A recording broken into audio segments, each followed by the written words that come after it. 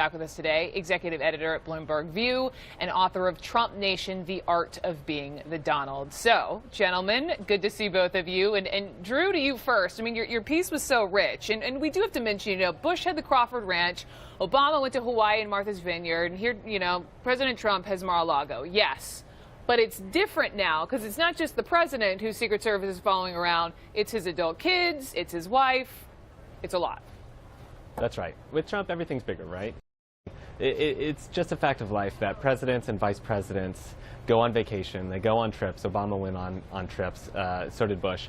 It's the scale of them that's really sort of mind-boggling. While the president is heading down to Florida with a whole Secret Service detail in tow, his boys are going over to Dubai to open a very lavish golf course there, again with their own contingents. And the price tags for these climb really, really quickly. These are incredibly detailed operations.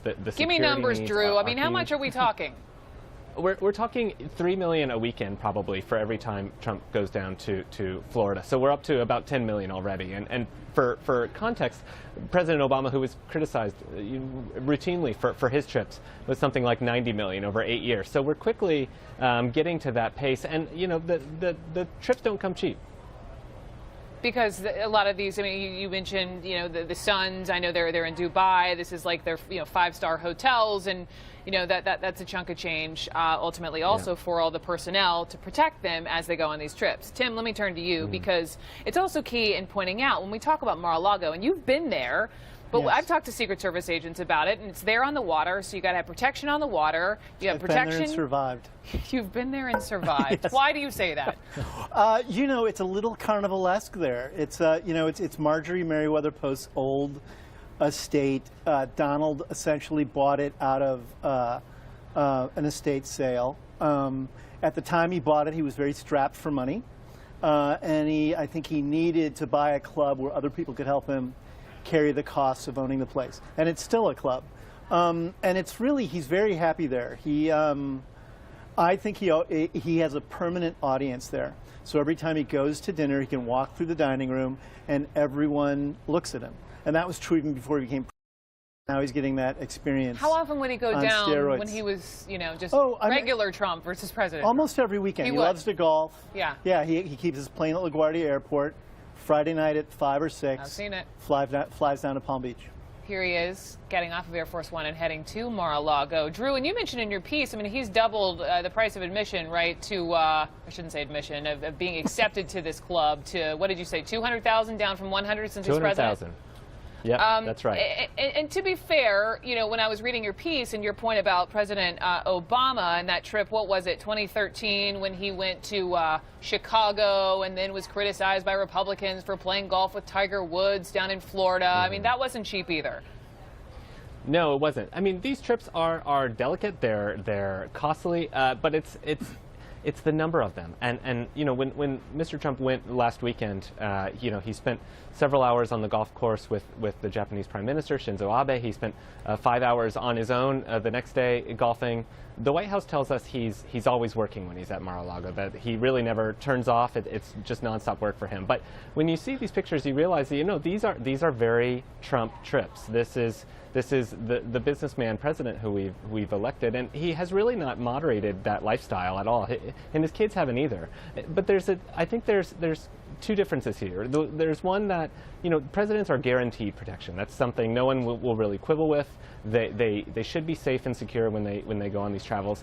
But it's really the choices that the president is making. He's choosing to still go on these extraordinarily lavish trips while in another breath sort of preaching the value of cutting down on government waste, being a good steward of the public money. So how do you square those two when he's constantly traveling back and forth? No, I know, and I read in your piece they were like, why not take Marine One and just hop up to Camp David instead of taking the big plane and heading down to Palm Beach? Quickly, Drew, just with you, have you talked to people in Palm Beach? I mean, I was reading the Palm Beach Post this morning, and the sheriff there was quoted about how thin they're stretched. I mean, they have to shut down airspace, do they not? And then it's traffic. That's right. It's a lot. It's incredible. And if you see Palm Beach, I mean, Mar-a-Lago stretches from the Atlantic Ocean to the Intercoastal Waterway. That's why it's Mar-a-Lago, right? Ocean to lake. That's right, and so you can shut it down easily. And whenever the president goes down there, he shuts down multiple airports around there, including the Palm Beach International Airport. So, one trip I think people down there are okay with, they understand it. But when it's every weekend and is so regular, it starts to really cut into the money they make, the jobs they have. It's an incredible burden in that level of presidential involvement. Tim, let me just ask you about these pictures, and I can't see the president's head. I imagine he's somewhere in there. We saw him a second ago, but I think I saw them handing out the red Make America Great Again hats. I mean, he's already talked to the crowd in South Carolina, hopped on the plane in Florida, talking to crowds tomorrow in Melbourne, Florida.